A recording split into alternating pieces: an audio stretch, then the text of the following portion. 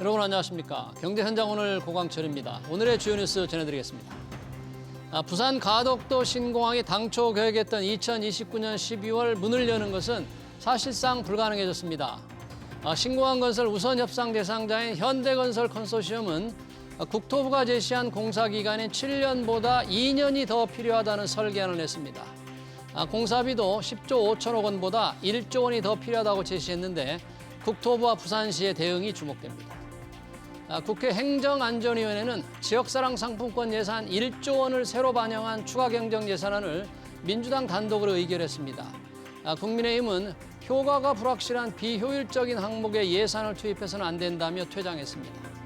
지역사랑 상품권은 이재명 민주당 대선 후보의 대표적인 정책 브랜드입니다. 지난 1분기 전국에서 공급된 신규 공동주택은 작년 같은 기간에 절반 수준에 그쳤습니다.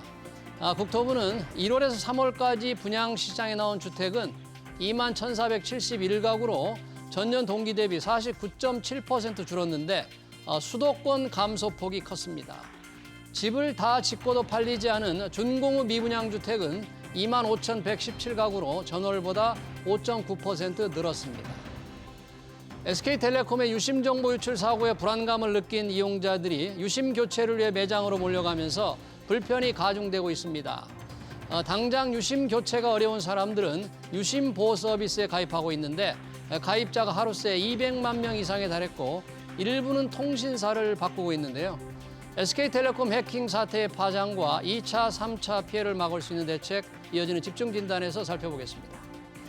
경제현장 오늘은 SBS BJ앱과 유튜브에서도 실시간 시청 가능합니다. SBS BJ앱을 다운받아 시청하면 더 많은 정보와 뉴스를 볼 수 있습니다.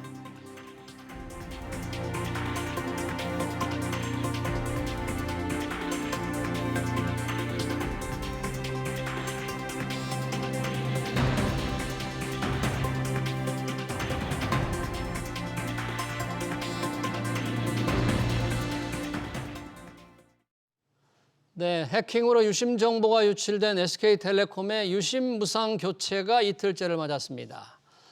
이용자들의 불안감은 여전하지만 유심을 교체하지 않아도 은행 계좌가 털리는 2차, 3차 피해는 생기지 않는다는 주장도 많습니다. 이번 어떤 정보가 유출됐고 어떤 피해가 우려되는지 토론해 보겠습니다. 김용대 카이스트 ICT 지정석좌 교수, 이성엽 고려대 기술경영전문대학원 교수 나오셨습니다. 어서 오세요. 네, 반갑습니다. 안녕하세요. 자, 이 SK텔레콤 가입자가 2,300만 명입니다. 전 국민의 절반인데 지금 난리가 났습니다. 이 해킹 때문에 유심 정보가 유출됐다. 유심을 교체하기 위해서 지금 전국 매장으로 달려갔는데 재고가 없어서 좀 바꿀 수도 없는데요. 자, 어떤 정보가 유출됐길래 이런 난리가 겪게 되는지 김용대 교수님, 해킹이 돼서 어떤 정보가 지금 빠져나간 겁니까? 네, 몇 가지 정보가 유출이 됐는데요. 예. 그 IMSI라고 사용자 개인의 식별자, 그러니까 심카드에 들어가는 사용자 개인 식별자랑 그 다음에 예. 유심 인증용 인증키가 있습니다. 그 인증키. 이거 두 가지가 가장 핵심적, 그리고 전화번호까지 이렇게 세 개가 가장 핵심적으로 유출된 내용입니다. 전화번호, 네. 유심 인증키, 네. 가입자 식별번호. 네. 그게 지금 다 유출됐다 그러면 유출된 정보의 양이 뭐 좀 어마어마하겠네요. 네, 뭐 2,300만 가입자니까 뭐 9.7기가 뭐 이렇게 얘기를 하고 있는데요. 네. 9.7기가. 네. 그러면 이 정도 많은 정보, 이성엽 교수님 이렇게 유출이 되면 이게 어떻게 우선 이게 어떻게 이런 일이 일어날 수가 있습니까? 근데 그러니까 이제 해킹을 하는 쪽에서 이제 계속 그 아마 서버를 공격을 한 것 같아요. 서버를 공격해서. 그래서 이제 아마 악성 코드를 이제 심어놓고 네. 그리고 이제 그 이후에 이제 그런 정보들을 이렇게 빼간 걸로 이렇게 이제 보입니다. 예. 그래서 뭐 나중에 밝혀지겠지만 SK텔레콤이 이제 보안 조치를 얼마만큼 이제 했느냐, 혹시 뭐 법률에 규정된 보안 조치에 좀 미비한 점이 있었느냐 이런 걸 좀 봐야 될 것 같은데 예. 지금 조사하고 있으니까 예. 아마 보안 조치를 이제 뭐 했다 하더라도 미비점이 있었거나 아니면 그 어떤 새로운 어떤 해킹 기법을 통해 가지고 기존의 보안 조치를 좀 뭐 우회하거나 이제 무력화시킬 수도 있었으니까 네. 뭐 어떻게 이루어진 건지 좀 더 조사를 하면 지금 조사를 하고 있으니까요. 예. 그때 결과가 나오면 왜 이런 일이 생겼는지 알게 될 것 같습니다. 그러면 상당히 그 중요한 정보가 유출된 셈인데 해커가 공격한 곳은 어디 서버인 거죠? HSS라는 사실 SKT에서 지금 공식적으로 발표를 한 적은 한 번도 없습니다. 그 어느 서버가 해킹이 됐는지는. 공식 발표는 안 했어요? 그렇지만 지금 어떤 정보가 유출됐다는 걸로 보아서 네. 그 내용을 잘 해석을 해보면은 HSS라고 해서 네. 가입자 인증번호를 포함하고 있는 서버가 있는데요. 예. 그 서버가 해킹이 된 걸로 많은 곳들에서 보고 있습니다. 네. 그러면 중요한 정보가 지금 유출이 되는데 이렇게 유출이 되면 네. 이게 어디까지 악용이 될 수 있고 이용이 될 수 있는 거예요? 지금 유출된 정보로 해커나가 할 수 있는 게 어느 범주예요? 지금 유출된 정보를 이용을 하면 네. 예를 들어서 제 정보도 사실 유출이 됐는데 예. 제 심이랑 예. 완전히 똑같은 유심을 하나 만들 수가 있습니다. 유심을 만들 수가 예, 있다. 만들 수 있는데 복제한다 그런 네, 얘기? 복제를 하는 거죠. 예. 그 다음에 해커는 그 유심을 자기 휴대폰에다 꽂습니다. 자기 휴대폰을 꼽아요. 네, 네. 꽂으면 이제 어떤 일이 생기냐 하면 이제 같은 유심을 갖는 두 개의 휴대폰이 이동통신사 네트워크에 나타나겠죠. 그렇죠. 그러면 어떤 일이 생기냐면 주인과 해커가 한 두 개. 네네네. 그런데 지금 예를 들어서 제 전화기는 이미 접속이 되어 있는 상황이고 이제 새로운 전화기가 나타나면 현재 이동통신 표준에 따르면은 이 휴대폰이 접속을 하면 제 휴대폰은 떨어집니다. 떨어진다? 예. 네트워크에서 떨어지게 되는데 근데 또 재밌는 게 이동통신 표준은 이게 떨어지면 얘가 다시 접속 시도를 합니다. 다시 시도를 하면 그러면 얘가 떨어지고요. 그래서 서로 서로 이제 붙었다 떨어졌다를 네. 반복을 하다가 예. 예를 들어서 한쪽이 포기하게 되면 예. 한쪽만 연결을 하게 되는 거고 예. 그게 만약 해커의 전화기라면 제가 받을 문자나 제가 받을 통화가 다 해커의 전화기로 가게 되는 거죠. 예. 네. 그러면 네. 그런 사이에 SKT 텔레콤에서는 이상한 두 개가 서로 접속한다는 걸 몰라요? 그래서 SK텔레콤이 2, 3년 전부터 도입을 한 시스템이 있습니다. 네. 이상징후 탐지 시스템이라고. 이상 징후 탐지 시스템. FDS, Fraud Detection System, 네. 사기 탐지 시스템이라고 SKT에서 2, 3년 전에 도입해서 쓰고 있는 시스템이고요. 거기서는 아까 얘기한 것처럼 당연히 생각을 해보면 저희가 일반적으로 휴대폰이 네트워크에 붙을 때는 혼자서 붙고 끝나잖아요. 근데 둘이 막 이렇게 경쟁을 하니까 이게 무슨 이거 일일까 이상해. 하고. 그리고 뭐 둘 다 끊든지 한쪽만 끊든지 하는 거를 그런 시스템들을 이미 구입을 현재 이용을 잘 하고 있습니다. 네. 그러면 그런 이상 징후 시스템이 제대로 작동이 된다면 비록 복제가 된다고 하더라도 어떤 예를 들면 2차, 3차 우리가 2차, 3차 피해 한다면 어느 은행 계좌를 터는 쪽으로 연결이 된다거나 뭐 가상자산 계좌를 간다 다시 한번 어떤 돈을 이렇게 터는 쪽으로 갈 걸 걱정하잖아요. 그런 일은 안 일어날 것 같은데.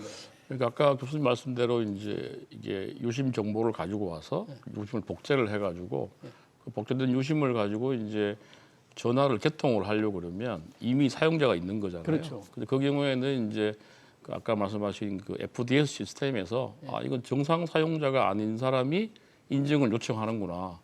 그래서 그걸 잡아내게 되거든요. 예, 잡아낸다. 근데 이제 문제는 그걸 잡아내지 못해가지고 그 복제된 유심으로 이제 새로운 원래 내 전화번호가 다른 사람이 쓰게 되면 그때부터는 이제 그 전화번호 내에 있는 여러 가지 이제 자기 주민번호나 뭐 그 비밀번호 또는 이제 우리가 그 금융 거래할 때 이제 문자 인증 같은 거 하잖아요. 본인 확인할 그렇죠. 때 그것도 이제 자기가 본인인 것처럼 할 수 있으니까 완전히 새로운 하나 이제 복제폰이 생기게 되면 그때는 금융 거래를 할 때 그러니까 내 계좌에서 이제 그 핸드폰을 통해서 계좌에서 금전이 나갈 수 있다. 이런 우려들이 있는 거죠.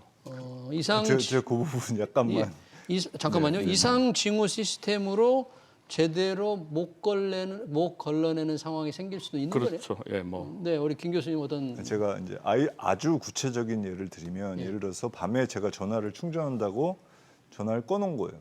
예, 제가 전화를 꺼놓으면 충전하기 그럼 위해서 해커의 전화기만 켜질 거잖아요. 네, 두 개 복제가 됐을 경우에 예, 복제가 됐을 경우에 그러면은 얘 혼자서 붙으니까 이상 징후가 안 보일 수가 있는 거죠. 예, 그런 경우는 그래서 그러니까 몇 가지 이제 예외적인 상황이 있고 그 예외적인 상황에서는 이상 징후 탐지 시스템이 탐지를 못할 수도 있습니다. 예, 그리고 아까 교수님이 주민번호 이런 얘기를 하셨는데 주민번호 같은 거는 전혀 걱정할 필요가 없는 게 왜요? 지금 사실 털린 정보는 딱 심밖에 없고 해커로서 할 수 있는 거는 이제 털린 게- 복제폰을 만드는 거밖에 안 되는 거죠. 털린 게 전화번호, 인증키, 가입자 식별번호, 네, 네. 복제폰을 만들었어요. 복제폰을 만드는 것 이외에 그걸로 인해서 다른 정보들, 예를 들어 제 전화기에 저장되어 있는 다른 정보들은 유출이 안 된 거죠. 그건 유출이 되지도 않고요. 단지 문자 인증만을 이용을 해서 우리가 로그인을 할 수 있는 그런 웹사이트 같은 데는 뭐 충분히 들어갈 수는 있겠죠. 네. 은행 돈을 뺀다, 은행 은행 돈을- 송금을 한다, 또는 뭐 은행 돈을 인출을 한다 할 때 은행 돈을 빼려고 하면은 여러 가지 굉장히 많은 스텝들이 있습니다. 아마 온라인 뱅킹을 해보셨으면 알겠지만은 개인 인증 뭐 절차, 공인 인증서도 인증서. 있을 거고 뭐 여러 가지 정보들이 있기 때문에 실제로 거기까지 직접적으로 연결되는 게 일단 쉽지가 않고요. 예, 그리고 이제 당연히 SK텔레콤 입장에서는 이제 그 이상징후 탐지 시스템이 그런 구멍이 있다는 걸 이해를 하고 있고 그래서 도입을 한 게 유심 보호 서비스입니다. 유심 보호 서비스. 네. 그 부분을 조금 네. 우리 이상학 교수님께 조금 한번 설명을 듣고 싶겠네요. 유심 보호 서비스는 지금 유심을 교체하려고 막 지금 매장으로 네, 가잖아요. 네, 네, 근데 재고도 없고 줄도 많이 서고도 또 나이 드신 분들은 거기에 가는 것도 교통도 편치 않아요. 그러니까 유심 보호 서비스를 가입하라는데 이것만 가입하면 2차, 3차 피해 아무 걱정 안 해도 될까요? 그러니까 이제 그 개념 자체는 이제 우리가 이제 핸드폰을 구입할 때 이제 대리점에서 이제 구입하지 않고 이제 자기가 사서 쓰는 경우가 있잖아요. 네. 그런 경우에는 기존에 자기가 쓰고 있던 유심 칩을 새로운 핸드폰에 넣으면 그렇죠. 되잖아요. 근데 그걸 못하게 하는 게 이제 유심 보호 서비스입니다. 그래서 이거는 이제 그 다른 예컨대 유심이 복제돼 가지고 이미 다른 복제폰이 이제 생기게 되더라도 이미 이제 내 유심 말고 다른 유심은 이제 절대 개통이 안 되도록 하는 서비스니까 그 추가적인 피해가 이제 없다고 이렇게 볼 수 있는 거죠. 예. 그러면 유심 보호 서비스만 가입하면 괜찮을 것 같은데 나중에 유심 교체 안 해도 되겠어요? 요 약간만 일단 네, 약간만 수정을 하면 예. 정확하게 보면은 제 휴대폰의 일련 번호가 따로 있습니다. 유심 휴대폰 있죠. 일련 번호 말고 휴대폰의 일련 번호가 따로 있고요. 휴대폰 일련 번호. 휴대폰 일련 번호랑 유심에 있는 비밀 정보를 통신사에서는 저장을 하고 있다가 네. 이제 새로운 휴대폰이 나타나게 되면 그 새로운 휴대폰은 자기 일련 번호가 다르잖아요. 예. 이제 그렇죠. 그거를 IMEI라고 얘기를 하는데 네. 휴대폰의 고유 번호가 두 개가 다른 애가 나타나면 단말기 고유 식별 번호. 네, 단말기 고유 식별 번호가 새로 이미 이제 유심 보호 서비스를 하면은 이거 이외에는 기기 변경을 허용을 안 하겠다. 이 단말기 이외에는 그렇기 때문에 내가 새로운 단말기에다가 이 심을 꽂는다고 해서 네, 이 단말기가 네트워크에 접속이 아예 불가능하게 만들어 버리는 게 그래요? 유심 보호 서비스인 거죠. 그 유심 보호 서비스만 가입하면 이제 더 이상 걱정 안 해도 된다는 거죠. 정확하게 말씀을 드리면 유심 보호 서비스는 그래서 언제까지 유심 보호 서비스를 쓸 것이냐. 근데 잘 생각을 해보면은 사실 심 안에 있는 비밀키라든지 예. 심 안에 있는 IMSI 정보라든지 이런 것들이 이미 털린 건 사실이거든요. 예. 해킹이 된 건 사실이니 사실. 근본적으로는 이제 유심을 바꿔야 합니다. 그렇지만 근본적으로는 바꿔야 네. 된다. 근본적으로 바꿔야 하지만 네.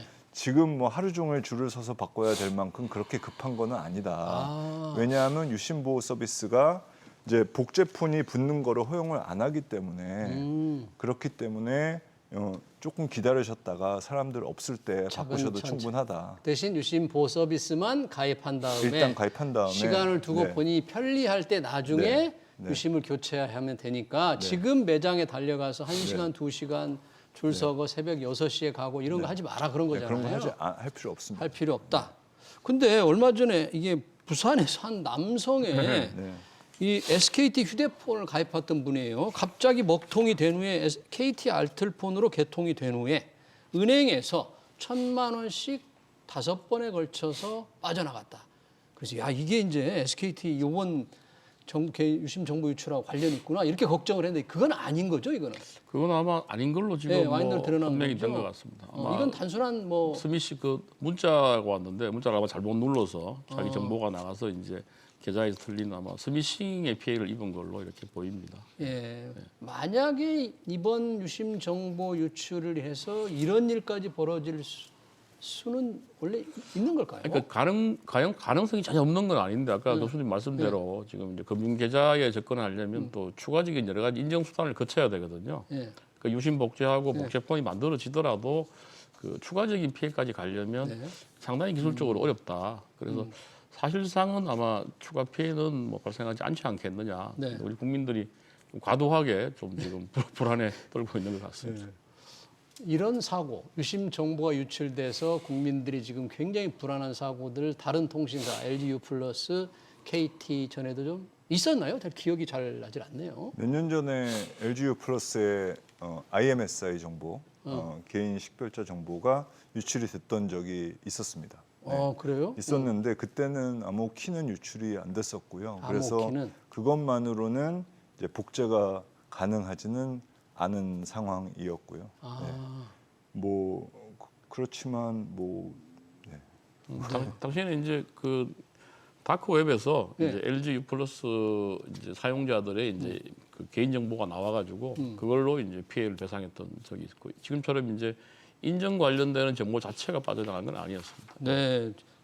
그렇긴 합니다만 지금 소비자들이 엄청 불안해하고 유심을 교체하러 가는데 불편도 많고 교통비도 들고 그러니까 이미 이 카페에서는 집단 소송을 준비한다. 뭐 불매 운동을 하는 국회 차원까지 등장했다는데 이런 소비자들의 우려는 좀 과하다. 이렇게 좀 봐야 될까요, 김 교수님? 저는 지금 상당히 과하다라고 생각을 하고 있고요. 네, 뭐 그렇게까지 그리고 사실 피해가 지금 입증된 거는 아니고 물론 이제 피해가 입증이 안 되더라도 과거에 배상을 했던 적이 있긴 하지만 그렇지만 뭐 그렇게까지 지금 걱정할 건 아니고 네. 그러니까 뭐 제가 그러니까 이제 저는 이제 보안이 전공인데 예. 이제 해커들은 사실은 이제 중요한 정보를 뺏기 위해서 정말 최선의 노력을 다 합니다. 네, 네. 모든 수단을 최선을. 다하고 예. 있는 그리고 건데. 이제 특히 이 건 같은 경우는 아마 현금화 가능할 수 있다라고 생각을 하고 정말 오랫동안 노력을 해서 해킹을 한 것으로 보이고. 예. 근데 뭐 그러네요. 예. 근데 이미 이런 집단 소송 준비하고 불매 운동 한다 그러는데 소비자들로서는 굉장히 불편하고 소비자로서 굉장히 불안하고 근데 이게 나중에 손해배상감이 될까요? 법적으로 이제 분쟁이 이어질 텐데. 근데 이제 우리가 손해배상을 받으려면 이제 뭐 SKT의 고의 과실도 뭐 있어야 되고 고의 과실. 또 법을 위반했다는 것도 이제 입증을 해야 되고 예. 그 실제 이제 그 피해가 있었다는 것도 이제 입증이 돼야 되잖아요. 근데 우리가 이제 개인정보 유출된 것만으로도 정신적 피해가 있다고는 봅니다. 근데 물론 이제 그 정보 개인정보가 유출돼서 추가적인 경제적 피해가 있으면 이제 그 피해에 대해서는 이제 우리가 소멸하고 확장할 수 있는데 그래서 아마 소송을 하더라도 실제로 그런 여러 가지 이제 고의과실이나 위법성 이런 입증하는 게 쉽지 않을 것 같아요. 왜냐하면 SK텔레콤은 그래도 이제 우리 이제 1등 그 통신 기업이니까 네. 아마 보안 조치들은 법률에 상당히 이제 했을 걸로 보이거든요.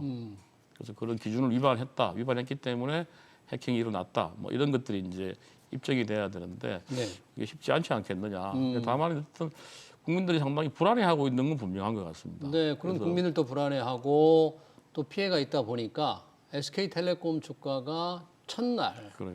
급락을 했거든요. 6% 이상 떨어졌고 다행히 이틀째는 조금 낙폭이 줄어드는데 아마 소비자들이 어떤 카페에서 연대를 통해서 손해배상 이런 걸 하게 되면 이제 법적 분쟁이 돼서 어떻게 진행될지는 여러 가지 조사 결과도 좀 나와봐야 될 것 같아요. 예.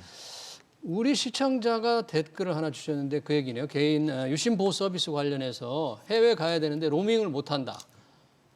그래서 유심 교체 못하면 보호 서비스도 해제해야 된다. 우선 교체해야 된다. 교체해줘라. 하러 가야 된다. 그런 건데 그러면 교체 안 하고 로밍 살리는 방법, 유심 보호 서비스 하면서 살리는 방법이 있어요? 제가 저도 이제 국외 출장을 많이 가기 때문에 그 부분을 고민을 저도 했었거든요. 그래요? 근데 생각을 해보니까 데이터 전용 eSIM들이 있습니다. SKT에서 나온 게 아니라 데이터 전용 eSIM이라는 게 있어서 예. 데이터 전용 eSIM으로 이제 데이터를 구매를 하고 가면 해외 로밍, 그러니까 해외 로밍 할 수 있는 데이터 전용 eSIM들이 있어서 네. 그걸로 가면 유심 보호 서비스를 킨 상태로 해외에 갈 수 있습니다. 아, 유심 보호 서비스를 가입한 상태 활용하면서 네, 네. 또 데이터를 쓸 수가 네, 있다. 네. 그렇게 하면 되겠네요. 그러면. 네.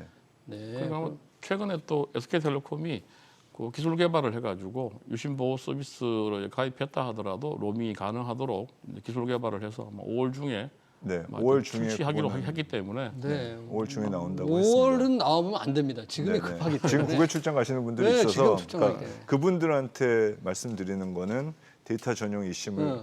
가지고 가서 해외 로밍 하셔라.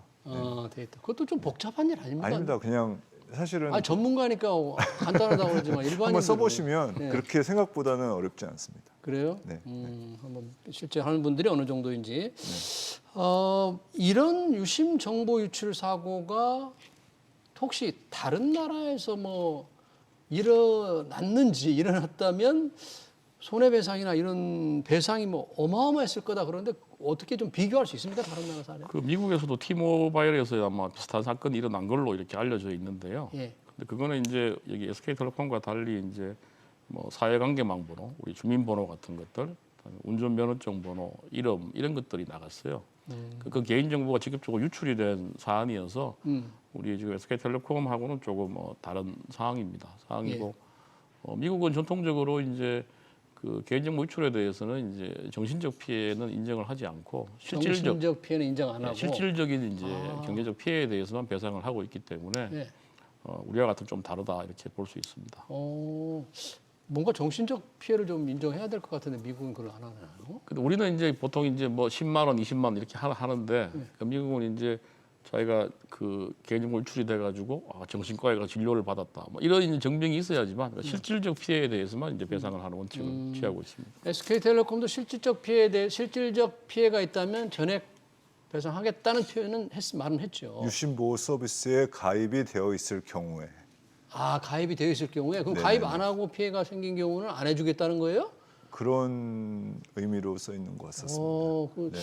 좀이 이용자들이 좀 그런 건 아니었던 것 같은데 피해가 제가- 발생하면 다 하겠다는 제가 거니까. 그렇게 읽었는데요. 그래요? 그거는 확인이 좀 필요할 것 같습니다. 네, 유심 보호 서비스에 가입한 후에도 피해가 났다 그러면 당연히 배상을 해줘야 될 것 같고 네, 네, 그렇지 않아도 생긴 피해라도 뭔가 네.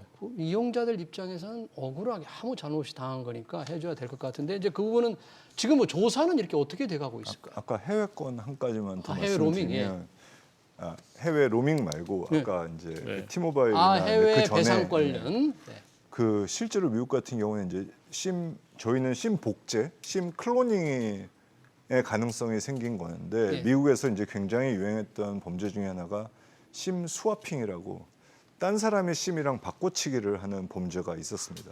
심 스와핑. 그래서 심 스와핑 바꿔치기를 하고 그 다음에 암호화폐를 비트코인을 1,000개인가 엄청난 돈이잖아요. 그게 실제로 유출됐던 케이스가 있어서 그때는 아마 이제 그 거의 비트코인 액수만큼을 예. 배상을 해줬던 예. 그런 케이스도 있긴 합니다. 근데 아까 말씀하신 대로 그건 실질적인 피해가 보였으니까 있었으니까. 그거에 대해서 이제 보상을 해줘라 이렇게 이제 판결이 난 걸로 알고 예. 있고요. 네. 요번에 유심 정보 유출돼서 심을 복제하는 것은 스와핑하고는 좀 다른 거죠? 네, 그건 그렇게 심 된다면 복제. 이건 복제. 심 스와핑은 심 바꿔치기 뭐 네. 이렇게 예. 네, 조금 바꿔치기. 다릅니다. 네. 어떻게 그렇게 할 수 있는지 모르겠는데요. 상당히 무거운 정보인데 네. 이 해킹은 아까 뭐 최선의 해커들이 노력을 다 한다고 했는데 뭐 모든 수단을 다 하겠죠. 그럼 그 해킹을 막는 기술도 굉장히 발전을 했을 것 같은데 네. 그런 기술은 어느 정도 수준인지 또 어느 정도 와 있어요, 우리? 저도 이제 우리 뭐 교수님도 잘 아실 네. 텐데요. 이게 지금 뭐 계속 이제 창이 정교해지니까 이제 방패도 계속 거기에 맞춰가지고 이제 점점 더 이제 고도화되고 있긴 한데 네.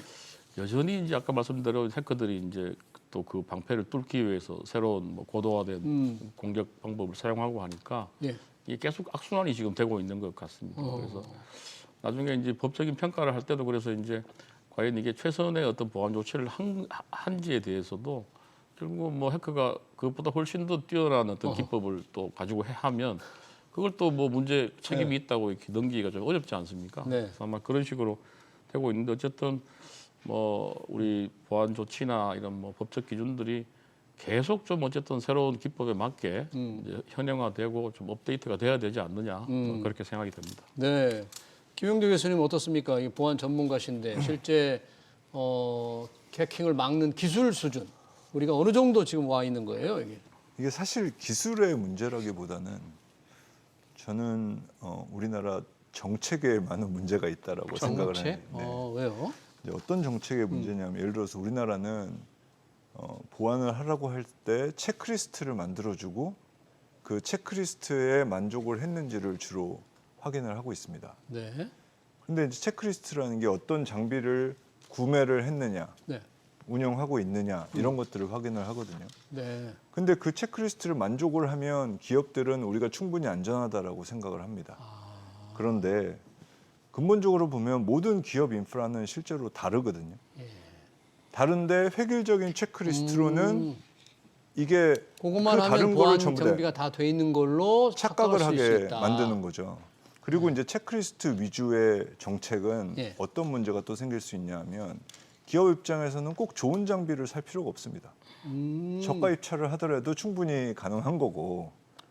김용대 교수님, 지금 네. 과학기술부가 이 유심 관련해서 속보 뉴스가 네. 나온 SKT 단말기 고유 식별번호 유출 없다. 아까 저건 무슨 IMEI, 뜻입니까? 아까 IMEI 유출되지 않았다는 뜻입니다. 이게 유출이 안 됐다면 저건 네. 어떤 영향이에요? 단말기 고유 식별번호가 그러니까 유출 안 단말기 식별번호가 유출이 안 됐으니 안 됐으니. 해커가 단말기 식별번호를 위조한 단말기를 만들 수 있다 하더라도 단말기 식별번호는 없으니 복제폰을 못 만든다 그런 얘기예요. 완전히 폰까지 복제를 하는 심만 복제하는 게 아니라 폰까지 복제하는 일은 불가능해졌다. 불가능하다. 네. 그러니까 피해가 우려가 좀 더 적어졌다. 훨씬 적어진 거죠. 네. 그러네요. 이게 지금 저런 게 조금 정확하게 SK텔레콤이나 정부에서 빨리빨리 어떤 정보가 유출되는지 그거는 실제로 서버가 완전히 다르기 때문에 독립돼 있는 서버에 저장이 돼 있거든요. 그래서 뭐 저거는 당연하게 저는 그랬을 거라고 생각하고 있었습니다. 네, 아까 하시던 말씀 이제 정책의 문제다. 다시 돌아가서 네, 네. 그래서 이제 체크리스트 위주로 돌아가다 보니까 이제 말하자면 이것만 하면 다 된다라고 생각을 하는데 네. 결국은 기업이 자기네 인프라에 대해서 정확하게 이해를 하고 정확하게 취약점 분석을 하고 그 다음에 이거 이러니까 우리가 이렇게 보완을 해야 되겠다라고 생각을 하는데 그냥 포지티브 규제를 체크리스트만 하다 보니까 이것만 다 해도 우리는 다 된 것 같이 착각을 하는 네.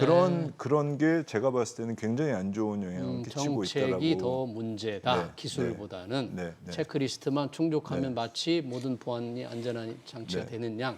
그리고 이제 그 체크리스트가 있다 보면 새로운 기술을 만들 필요가 없습니다.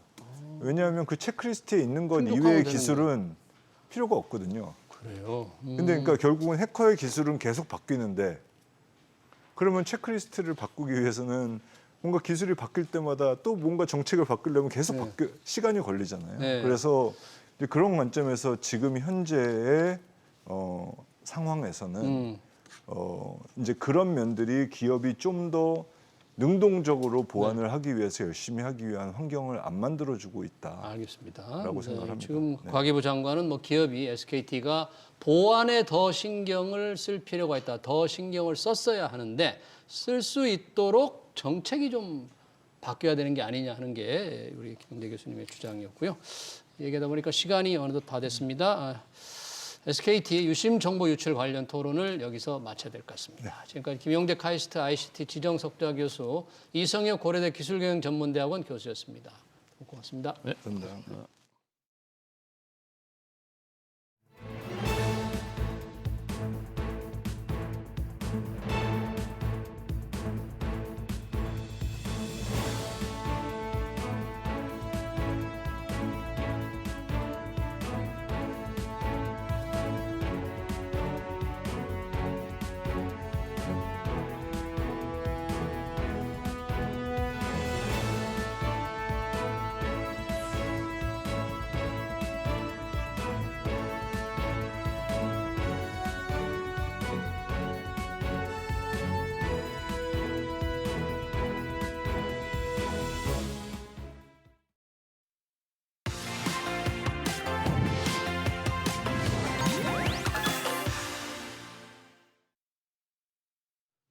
네, 6.3 대선을 앞두고 부동산 시장이 관망세로 들어섰죠.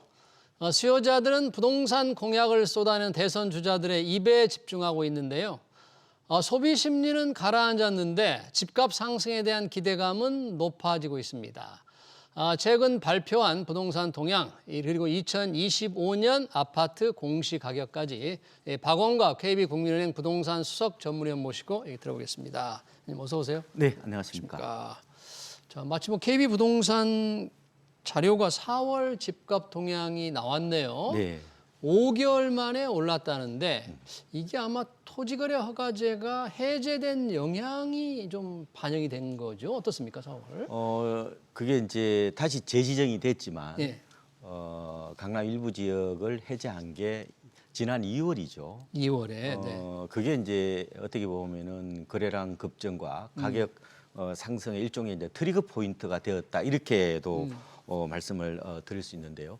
예. 실제로 아마 3월 거래량이 서울 아파트 기준으로 보면은 오늘 아까 오면서 제가 보니까 9,571건이거든요. 야, 3월 달. 거의 예. 만 건이 육박한다 이렇게 보시면 되는데 예. 이게 작년 7월이 이제 거래량 피크였는데 그때가 이제 9,200건 정도가 되었거든요. 훨씬 지금 뛰어넘었다. 네. 그리고 역대 지금 평균 월 거래량이 한 6,000건 정도 된다는 걸 감안해 보면은 예. 어떻게 보면 한마디로 이제 거래가 폭발했다 이렇게도 이제 표현을 할 수가 있을 겁니다. 예. 그런데 이제 아까 말씀하신 것처럼 지금 경기가 안 좋잖아요. 네, 다 소비 심리가 경제 안 좋아요. 성장률이 지금 마이너스 될지도 모른다는 이런 경기 위축 속에서 왜 이 아파트 값만 특히 네. 서울 아파트 값만 이렇게 고공비행을 하느냐 어떻게 보면 이제 거시경제 입장에서는 설명이 좀 안 될 수 있거든요. 네. 그런데 저는 좀 집단적 불안 심리가 폭발했다 이렇게도 저는 말씀을 드리는데 집단적 불안 심리. 예, 그러니까 이제 어떻게 보면은 가장 큰 것은 아마 7월에 DSR 스트레스 3단계가 도입이 되면은 집을 사기 좀 어려울 것이라는 그런 불안 심리가 있고요. 예. 그리고 이제 공급이 부족하다는 뭐 예. 그런 공급 불안 심리도 있고 최근에 또 금리가 좀 낮아졌죠. 그렇죠. 뭐 이런 것들이 이제 좀 한꺼번에 이제 합쳐지면서 수요자들이 어떻게 보면 중개업소로 이제 몰려갔다. 그 결과 이제 거래가 크게 늘었다. 이렇게 보면 되고요. 예. 그리고 또 하나 우리가 시장에서 볼 수 있는 것은 뭐냐면은 역시 강남이 수도권으로 보면은 일종의 안테나 역할을 하더라.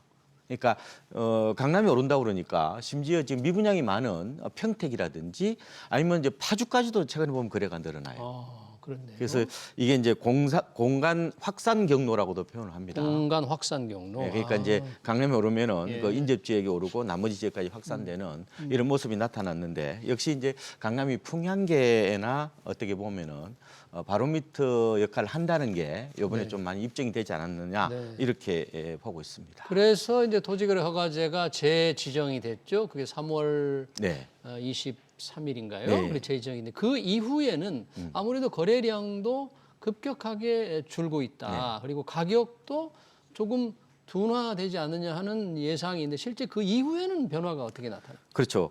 그게 중요한 건데요. 네. 실제로 제가 봤을 때는 3월이 거래 상투일 가능성이 저는 높다고 보고 있습니다. 네. 그러니까 이제 이 거래량은요 바닥권에서 이게 늘어나면은 회복의 신호탄이지만 어느 정도 오른 상황에서 거래가 터지면은 주식에서 말하는 뭐 거래 상투 가능성이 있다 이렇게 저는 보고요. 그래서 작년 7월도 유사했거든요. 예. 작년 7월에 거래가 터졌죠. 예. 그러고 난 다음에 이제 거래량이 이제 거의 뭐 바닥권에서 이제 거의 머무를 때 경기도 지역은 보면은 작년 10월부터 가격이 떨어졌고요. 서울은 원래 이제 통계적으로는 한 9월부터 빠졌는데 실제로 이제 나중에 업데이트를 해보니까 12월 정도 떨어졌거든요. 그래서 당분간 제 생각에는 좀 바닥 다지기가 이어질 가능성이 좀 크지 않느냐 이렇게 보고요. 물론 이제 조기 대선을 앞두고 있어서 그게 약간 변수가 될 수는 있겠지만 지금 아까 말씀드린 것처럼 대출이 강화되기 전에 미리 당겨져 사자는 그런 사람들이 많았단 말이에요. 그러면은 미리 선소비를 한 거잖아요. 미리 산 거죠. 네. 그러면은 뭐 대선이 있다 하더라도 아. 그리고 또 이게 대출이 문턱이 높아지면은 아무래도 수요가 좀 둔화될 수밖에 없거든요. 네. 그래서 서울 수도권 아파트 시장을 연구해 보면은 금리 인하 효과보다요 오히려 대출 규제가 더 영향이 강하다는 그런 분석이 많습니다. 왜냐하면 이게 집값이 비싸니까요. 그래서 제 생각에는 뭐 지나가 봐야 알겠지만 지금 덜컥 좀 이게 뒤따라가서 집 사시는 거는 좀 조심스러운 것 같고 네. 좀 단기간에 좀 많이 오른 것은 조금 지켜보는 게 더 낫지 않을까 이런 생각도 좀 해보고 네. 있습니다. 이 토지거래 허가가 지역이 재지정이 되면서 인근 지역, 뭐 동작, 마포, 또 성동, 광진, 강동, 풍선 효과 조금 우려했잖아요. 네. 실제는 그런 효과가 좀 없어 보여요. 예, 아니 일부 뭐 지역에서는 좀 신고가 뭐 그래도 있었어요. 그런데 그래요? 이제 우리가 시장을 바라보실 때 일정한 이게 그룹이 있거든요. 아, 그룹. 예, 그 강남 뭐 혹은 뭐 옛날에 얘기했던 마용성 이런 것처럼 이게 약간은 입지 상품이잖아요, 부동산은. 그래서 예. 약간 이제 이렇게 가격대가 있습니다. 그런데 이제 제가 어떤 말씀을 드리고 싶냐면 강남이 이제 거래가 없을 거란 말이에요. 그리고 강남은 옛날에 동별로 거래할 때는 옆단지하고 자존심 경쟁 때문에 일종의 키 맞추기식으로 올랐어요. 근데 전역을 지정해 버렸잖아요. 그렇죠. 그리고 이제 갭 투자가 못 들어갑니다. 그렇죠. 갭 투자가 지난 2월에 강남권의 전체 거래량 중에서 44%가 갭 투자입니다. 그럼 이제 갭 투자 안 절반 되잖아요. 가까이. 네. 그럼 거래가 없을 겁니다. 이렇게 되면은 이게 쭉 뻗어 나가기 어려워요. 그런데 제가 아까 그 이른바 풍선 효과를 기대했던 옐로우칩 지역이라고 할 수 있거든요. 옐로우 칩. 그러니까 네. 이제 강남은 이제 블루칩이라고 보면 되고 용산 같은데 이거는 옐로우칩인데 근데 지금 블루칩이 지금 못 달린단 말이에요. 그러면은 옐로우칩이 블루칩을 뛰어넘을 수는 없잖아요. 네. 그러면은 이것도 역시 같이 보조를 맞출 수밖에 없다고 본다면은 그 풍선 효과를 기대하고 역시 좀 덜컥 사는 것 역시 좀 위험할 수 있겠다. 뭐 이런 말씀을 좀 드리고 싶습니다. 일각에서 지금 강남이 워낙에 이제 토지거래 가격 재지정되고 가격도 워낙 높으니까 고급 아파트보다는 고급 빌라를 뭐 대체적으로 사는 게 어떻겠냐. 뭐 이런 뭐 좀 돈이 있는 분들이 그런 네. 생각을 할 수도 있을 텐데 네. 이런 투자에 대해서는 어떻게 보세요? 뭐 그거는 뭐 선택이죠. 선택인데 다만 요새 어떤 주택 시장의 트렌드가 네.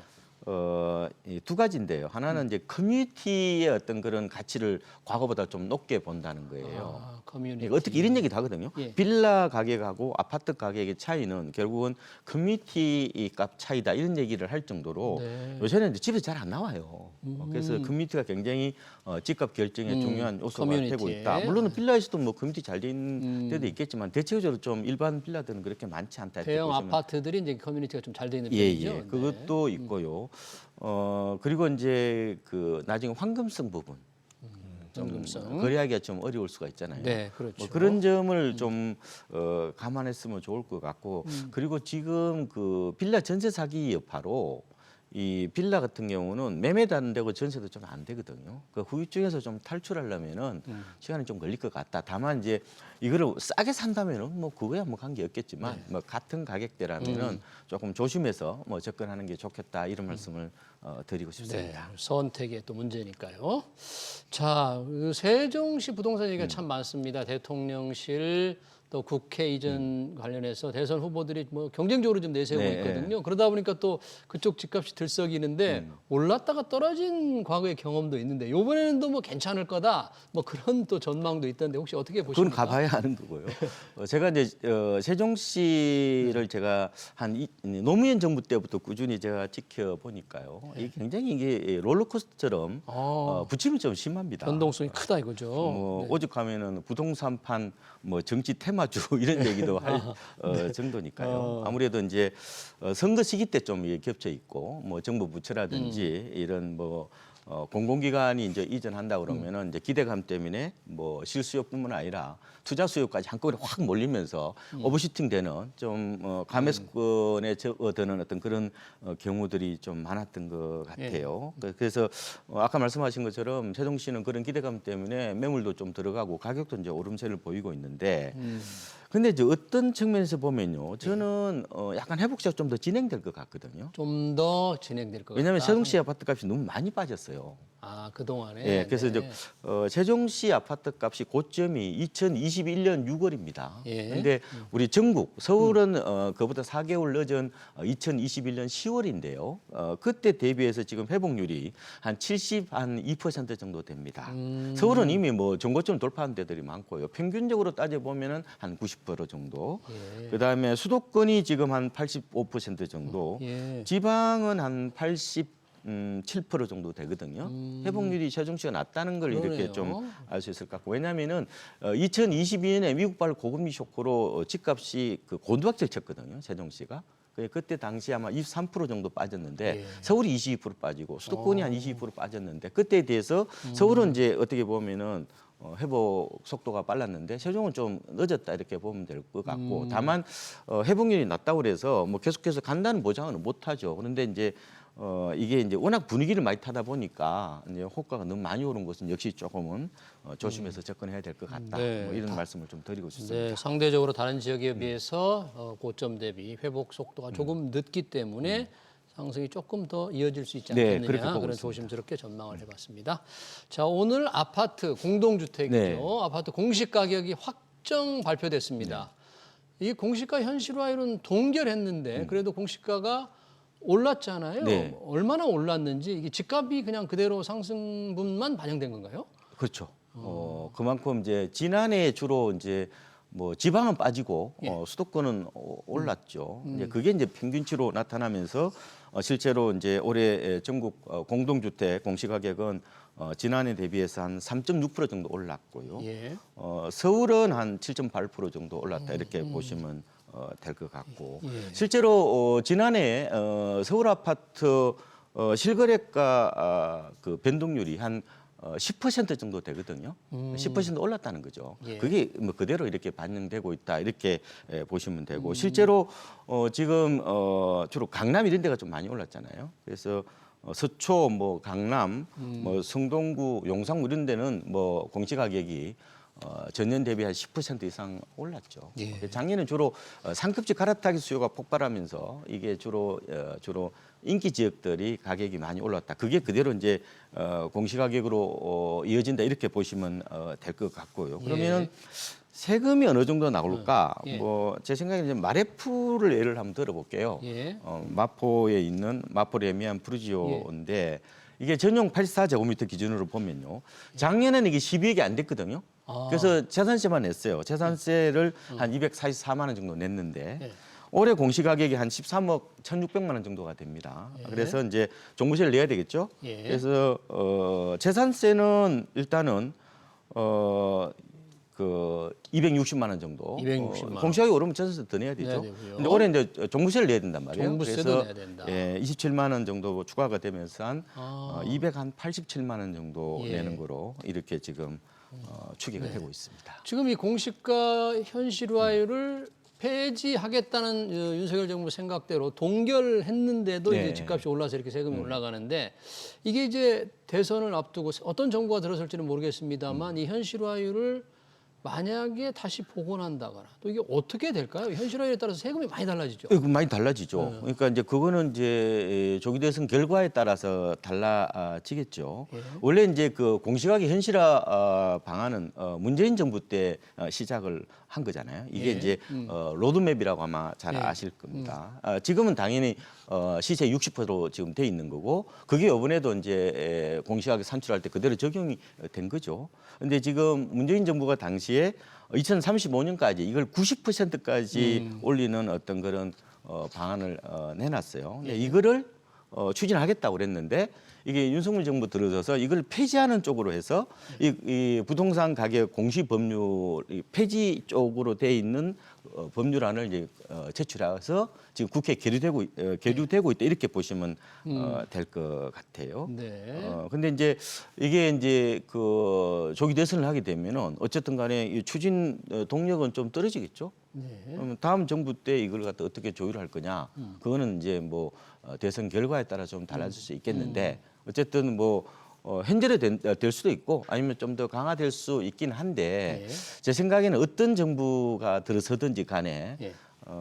문재인 정부 때처럼 강하게 아마 그런 세금 그 압박 드라이브를 하기는 좀 어려울 것 같다는 생각이 좀 듭니다. 네, 문재인 정부 때는 왜냐하면 이제 그때 부작용이 너무 많았고 뭐 그런 부분에 대해서 다 인식을 하고 있기 때문에 다소 약간 색깔 차이는 좀 있겠지만 다소 예. 뭐 그렇게까지 강한 어떤 드라이브를 걸기는 좀 어렵지 않을까 이렇게 좀 생각도 해보고 있습니다. 네, 잘 들었습니다. 최근 부동산 시장 동향 그리고 부동산 공시가 현실화에 따른 향후 세금 전망까지 잘 들었습니다. 지금까지 박원갑 KB국민은행 부동산 수석 전문위원이었습니다. 위원님 고맙습니다. 네, 고맙습니다.